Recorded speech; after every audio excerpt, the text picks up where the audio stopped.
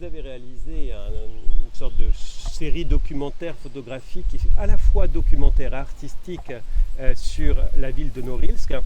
Avant que vous nous présentiez cet enfer du froid situé dans le nord de la Russie, pourriez-vous nous expliquer comment vous êtes arrivé à la photographie, car ce n'était pas votre première profession? Donc oui, je suis architecte par formation.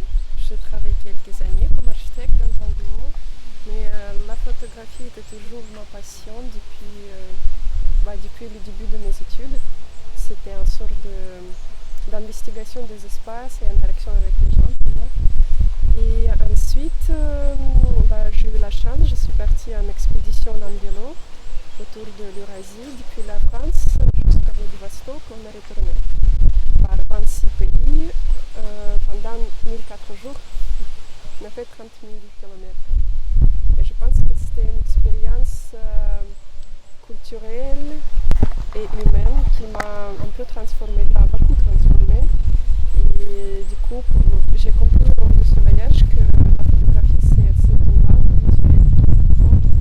On peut vraiment, à travers des images, raconter des histoires. J'apprécie énormément la dimension architecturale de vos photographies, c'est-à-dire votre traitement de l'espace, ce qui fait qu'il y a toujours un incroyable équilibre dans vos photos et qui rend donc le sujet traité particulièrement évocatoire. Et ça vient d'où? Ça vient de vos études d'architecte? Merci beaucoup. Je ne voulais pas vous faire rougir. Oui, je suis sûre que ça vient de ça, parce qu'en Russie, en fait, quand on apprend l'architecture, c'est très créatif. Donc on fait beaucoup de dessins, on dessine, on fait des peintures, des sculptures, et on apprend beaucoup sur la composition et des couleurs. Donc c'est vraiment à la base de tout.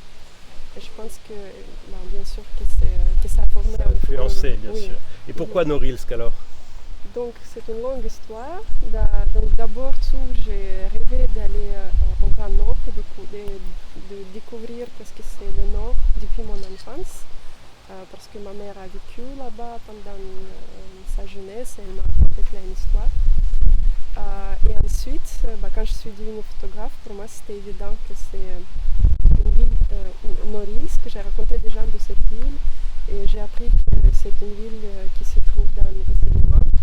Il n'y a pas de route pour aller, on peut accéder que par avion. Et il y a eu une époque quand c'était complètement fermé pour les Russes. Et après que c'est une zone industrielle très importante, par exemple il y a 40% de palladium qui est extrait là-bas, mondial. Donc c'est assez important. Et il y a beaucoup de problèmes d'écologie. Donc il y a plein de choses qui ont fait que cette ville est très très unique et c'est particulière. Vous saisissez quand même à l'intérieur d'un ensemble qui est un ensemble quand même lourd, triste, sale, pénible, pesant, qui signifie plutôt le charbon infernal de la terre et de l'être humain, et à l'intérieur de ça, vous saisissez des moments poétiques.